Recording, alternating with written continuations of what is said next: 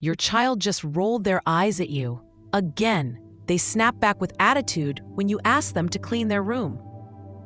And you're standing there thinking, where did I go wrong? But here's what most parents don't realize. Backtalk isn't disrespect, it's development. And once you understand the real reason behind it, everything changes. Welcome back to the Parenting Blueprint.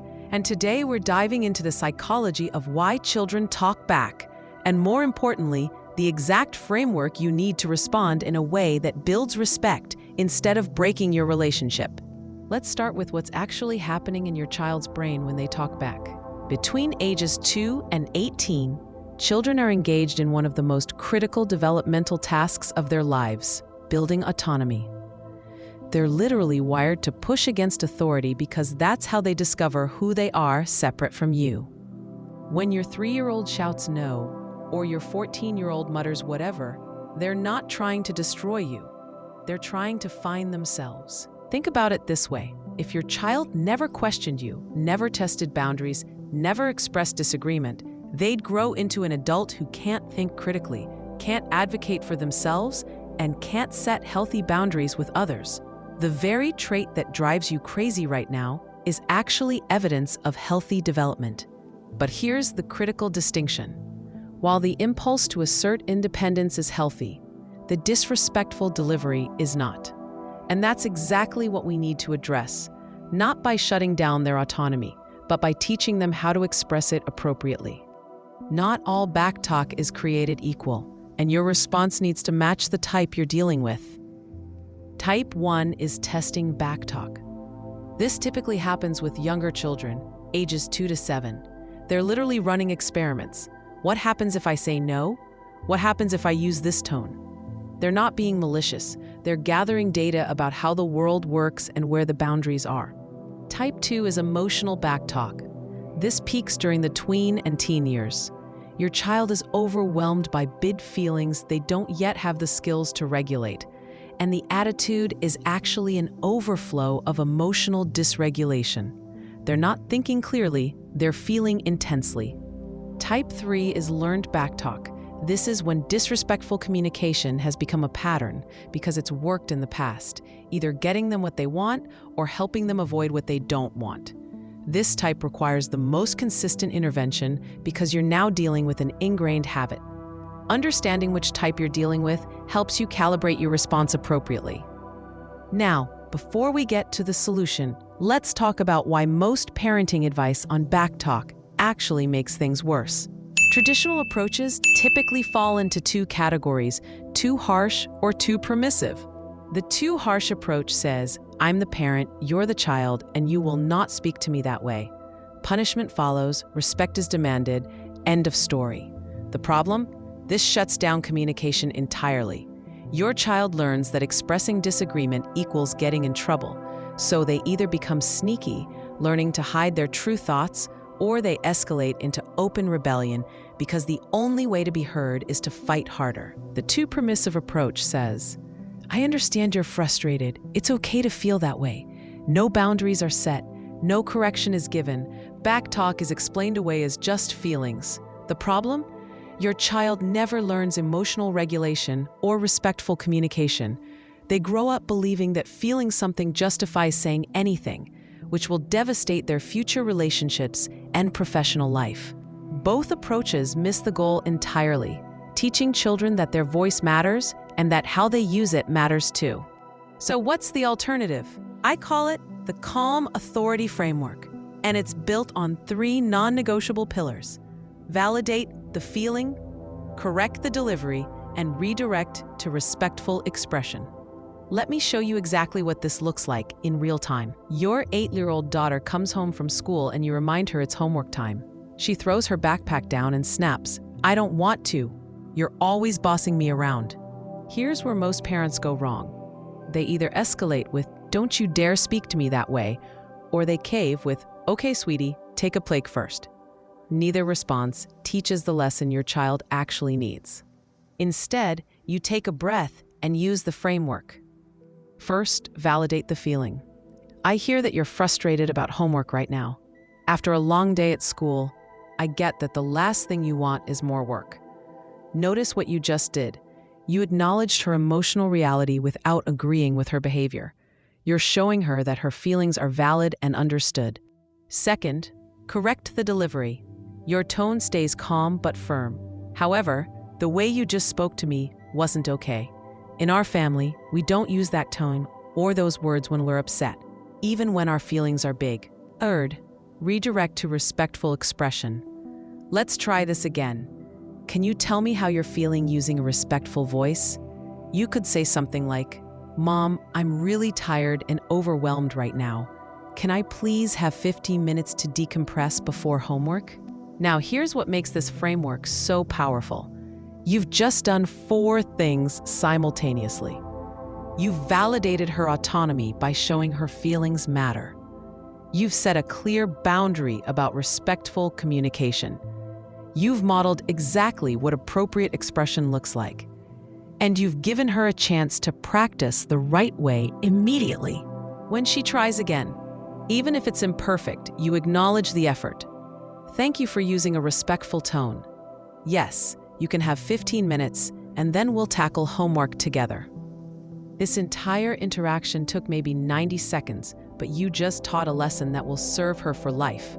You can have big feelings and strong opinions, but you're responsible for how you express them. Let's look at another scenario with a teenager, because the dynamics shift as children get older. Your 15-year-old son wants to go to a party Friday night. You say no because you know there won't be adult supervision. He explodes. "This is so stupid. All my friends are going. You never let me do anything. I hate this family." Everything in you wants to react. You want to ground him for the attitude, lecture him about gratitude, or maybe just walk away because you're tired of the drama. But here's your opportunity to teach emotional regulation and respectful disagreement, 2 skills he desperately needs before he becomes an adult. You stay calm. I can see you're really angry right now, and I understand why. This matters to you, and you feel like I'm being unfair. He might still be fuming, but you've just done something radical. You've refused to meet his intensity with your own. You've created space for his emotion without being controlled by it. Then you correct. But here's what's not okay. Yelling at me, saying you hate this family, and making exaggerated statements like "you never let me do anything." Those words are hurtful, and they're not true. Now redirect. When you've calmed down, I want to hear your perspective on why you think you should be able to go to this party. If you can make your case respectfully, I promise I'll listen with an open mind. But I'm not going to engage with yelling and insults. When you're ready to talk like we're 2 people who respect each other, come find me. Then, and this is crucial, you walk away. Not in anger, not in defeat, but in dignified boundary setting. You've just shown him that his emotions don't get to dictate your behavior, and that respect is a prerequisite for negotiation. What happens next might surprise you. About 70% of the time, after your child calms down, they'll come back and try again, this time with more control. Why? Because you didn't give them the fight they were looking for. You didn't take the bait. You stayed grounded in your authority, while also leaving the door open for a real conversation.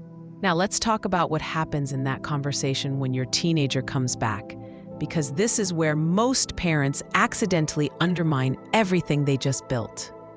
When your son returns 30 minutes later and says, "Okay, can we talk about the party now?" Your instinct might be to lecture him about his earlier behavior or make him apologize before you'll engage. Resist that urge.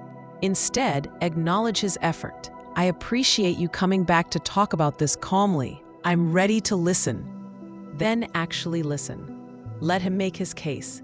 Maybe he explains that it's his best friend's birthday, that everyone in his friend group will be there, that he feels left out when he's always the one who can't go. Don't interrupt with rebuttals. Don't prepare your counter-arguments while he's talking. Just listen with genuine attention. When he's finished, you validate first. "I hear you. Being left out is a terrible feeling, and I understand why this party matters to you socially." Then you explain your reasoning with respect, not condescension. "Here's my concern. I know the parents won't be home. I'm not worried about you necessarily, but I am responsible for your safety. And when there's no adult supervision, situations can escalate quickly in ways that even good kids can't control. Notice you're not saying, "because I said so," or "when you're a parent, you'll understand."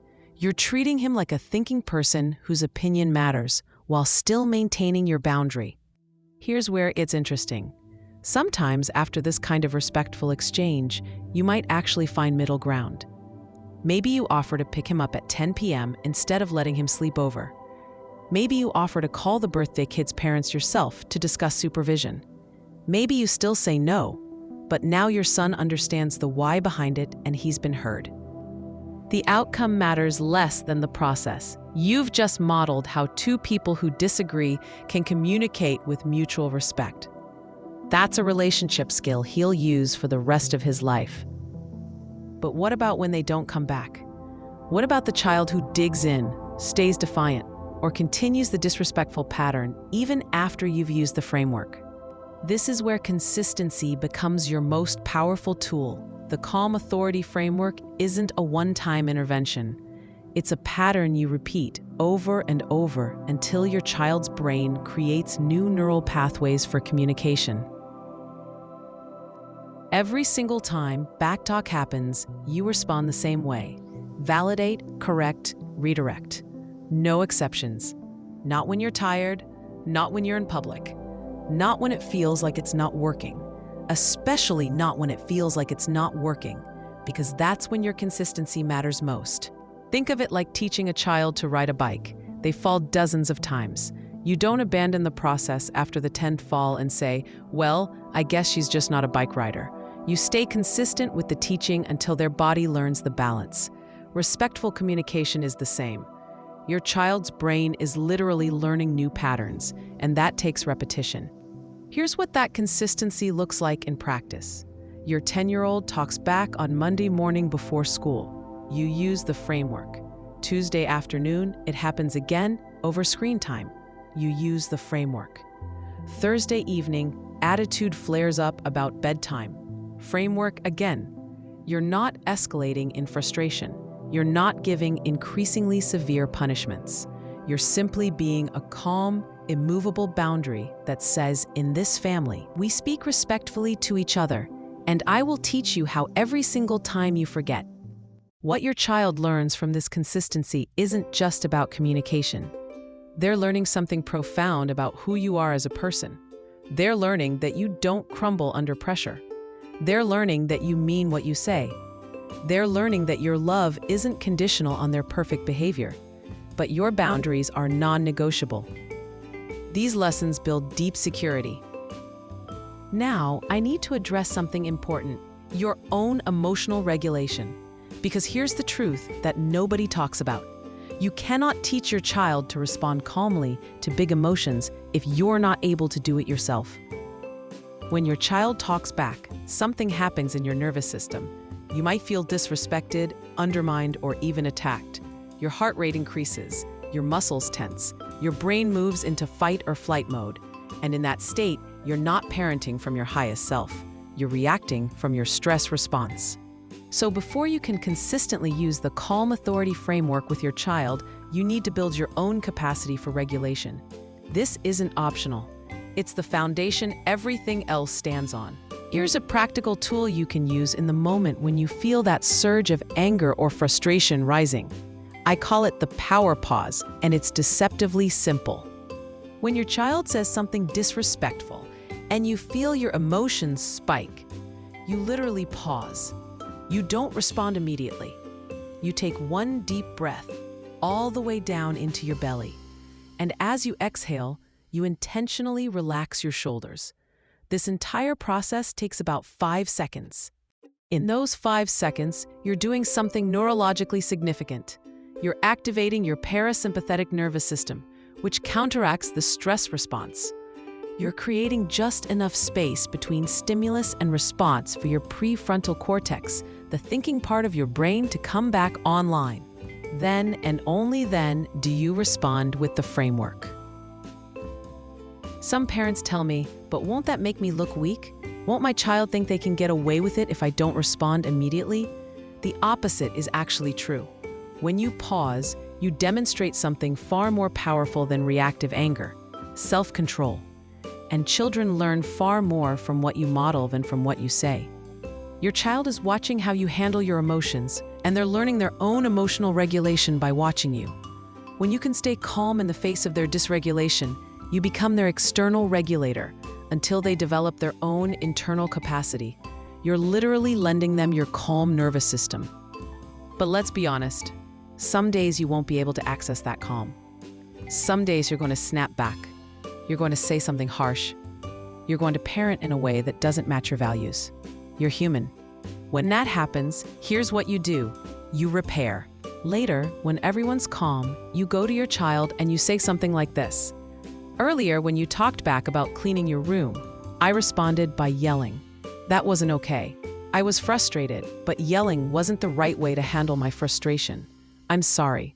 What I should have said was, and then you model what the correct response would have been. Do you understand how powerful this is? You've just shown your child that adults make mistakes, that we're accountable for our behavior, and that there's always an opportunity to make things right. You've taught them about apology, about humility, and about growth. That's worth more than 100 perfect responses. The repair doesn't erase your boundary. You're not saying the backtalk was okay. You're saying your response to it wasn't aligned with your values. Both things can be true. Their behavior needed correction, and your reaction wasn't ideal. This nuance is exactly what helps children develop moral complexity. Now let's shift to prevention. Because while we've been focused on how to respond to backtalk, the bigger question is, how do we create a family culture where respectful communication is the norm, not the exception? Prevention starts with connection. Children who feel genuinely connected to their parents, who feel seen and heard and valued, are significantly less likely to communicate disrespectfully. Not because they're perfect, but because the relationship itself becomes motivation for cooperation. Connection happens in small moments throughout the day. It's the 2 minutes you spend sitting on their bed at night asking about their day. It's putting your phone down when they're talking to you. It's noticing when they're struggling and offering presents, not solutions. It's laughing together at dinner. It's showing genuine interest in their interests, even when those interests bore you to tears. Think of your relationship like a bank account. Every moment of genuine connection is a deposit. Every conflict, every correction, every boundary you set is a withdrawal. If you're only making withdrawals, the account goes into overdraft, and that's when you see chronic disrespect and disconnection. But when you're consistently making deposits, you build relationship capital that can withstand the necessary withdrawals. Here's what this looks like practically. Let's say you have a 12-year-old daughter who's been increasingly snarky and disrespectful over the past few weeks. Your first instinct might be to crack down harder, implement stricter consequences, demand better behavior. But what if the disrespect is actually a signal that the relationship account is overdrawn? Instead of more correction, what she might need is more connection. So you intentionally create opportunities to deposit into the relationship. Maybe you suggest a coffee date, just the two of you. Maybe you ask if she wants to teach you about something she's interested in. Maybe you simply start showing up in her room for 5 minutes before bed to ask open-ended questions and actually listen to the answers. At first, she might be suspicious. She might give you one-word answers or act like she doesn't care. That's okay. You're not doing this to get an immediate result. You're doing this to rebuild relational foundation. Keep showing up. Keep being genuinely interested. Keep creating space for connection without agenda. What you'll often find is that within a week or two, the disrespectful communication starts to decrease. Not because you punished it away, but because you addressed the root cause, disconnection. The second prevention strategy is involving your children in creating family communication standards. This works especially well with kids ages 7 and up. Sit down together during a calm moment and say something like, "I've noticed we've been speaking to each other in ways that don't feel good lately. I want our family to be a place where everyone feels respected, including me, including you. What do you think respectful communication looks like?" Let them contribute ideas. Write them down. They might say things like no yelling, listening when someone's talking, not calling names, saying please and thank you. Add your own ideas too. Then together, create a simple family agreement about how you'll talk to each other. The magic here is ownership. When children help create the standards, they're far more likely to uphold them. It's no longer mom's rules that feel imposed from above. It's our family agreement that they had a voice in shaping. Post this agreement somewhere visible. Reference it when needed. Remember our agreement about respectful communication? What you just said didn't match that. Let's try again. You're not lecturing. You're pointing back to a shared standard you created together. The third prevention strategy is teaching emotional vocabulary and expression proactively, before the heat of the moment. Most children talk back because they lack the skills to express what they're actually feeling. They're frustrated, overwhelmed, disappointed, or scared, but those nuanced emotions come out as generic anger or attitude because they don't have better tools. So you teach the tools when everyone's calm. You might use dinner time to play a game where everyone shares the high and low of their day and names the emotion they felt during each. You might read books together that explore different emotions and talk about how characters express their feelings. You might create an emotions chart with faces showing different feelings and encourage your child to point to how they're feeling when words are hard. You're essentially expanding their emotional vocabulary so that when big feelings hit, they have language for them. A child who can say, "I'm feeling really anxious about the test tomorrow and I'm taking it out on you, I'm sorry," is a child who won't need to talk back to communicate distress. For teenagers, this looks slightly different. You might share your own emotional experiences.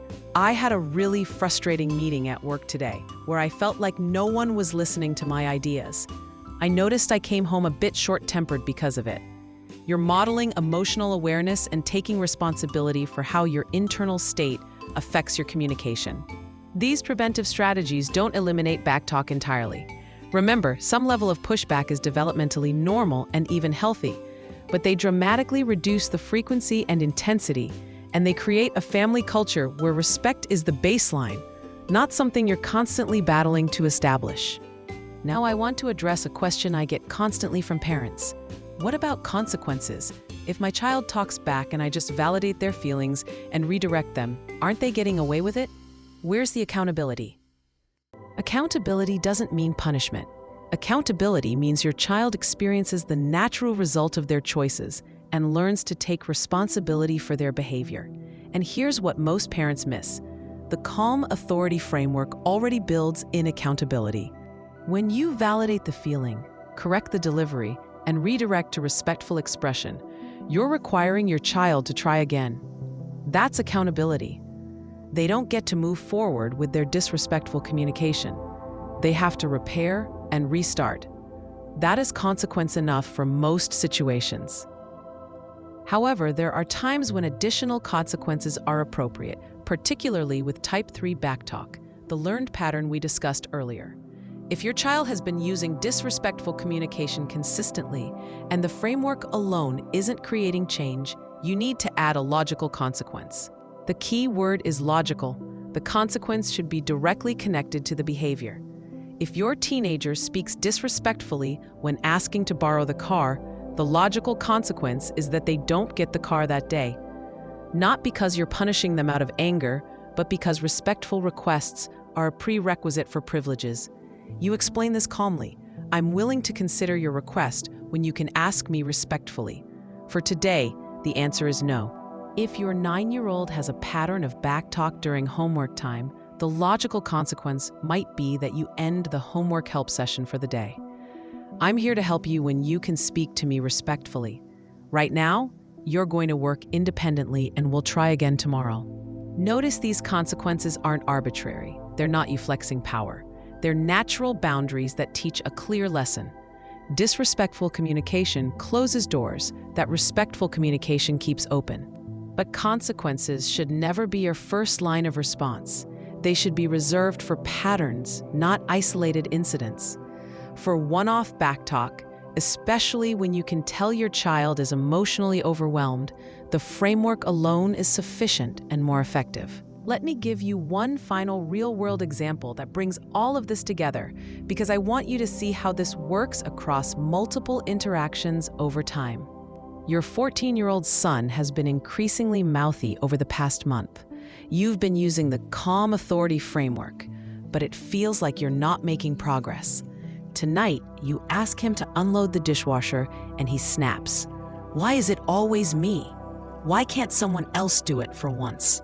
You take your power pause. 5 seconds, 1 breath. "I hear that you're frustrated about chores. It does seem like I ask you often, and that doesn't feel fair. You validated, now you correct. But the tone you just used wasn't okay. We don't snap at each other in this family. Now redirect. If you have a concern about chore distribution, I'm completely open to talking about it respectfully. Can you try asking me again?" He rolls his eyes but tries again, this time with less attitude. "I just feel like I do more chores than anyone else here." You acknowledge the improvement. "Thank you for using a better tone. Let's talk about this. You feel like the chore load isn't fair. I actually haven't tracked it, so maybe you're right. What if we sat down this weekend and created a more balanced chore chart together?" You've just turned a backtalk moment into an opportunity for problem solving and connection. He feels heard. You've maintained your boundary, and you've modeled how to handle disagreements constructively. This is the long game of parenting. You're not just correcting behavior in the moment. You're building a human who will someday be a partner, a parent, a colleague, a friend. The communication patterns you're teaching now will ripple through their entire life. So yes, the backtalk is exhausting. Yes, it tests your patience daily. But it's also one of the most important teaching opportunities you have. Every time you respond with calm authority instead of reactive anger, every time you validate feelings while correcting delivery, every time you model self-regulation under stress, you're shaping who your child will become. The parents who do this work consistently tell me the same thing. Somewhere around age 16 or 17, sometimes even into early adulthood, their child comes back and says, "Thank you for not giving up on teaching me how to communicate. I see my friends who can't have hard conversations with their parents, and I'm grateful we can." That moment is worth every eye roll, every whatever, every deep breath you had to take to stay calm. You're not just surviving backtalk, you're building relationship, teaching emotional regulation, and raising a respectful human. And that's everything. If this video helped you reframe how you think about backtalk and gave you practical tools to respond differently, do 2 things for me. Hit that subscribe button so you don't miss future videos on raising emotionally healthy kids, and drop a comment below telling me which type of backtalk you're dealing with most right now. I read every comment, and your input helps shape future content. Until next time, remember, calm authority isn't about being perfect. It's about being consistent, intentional, and willing to teach the same lesson as many times as your child needs to learn it. You've got this.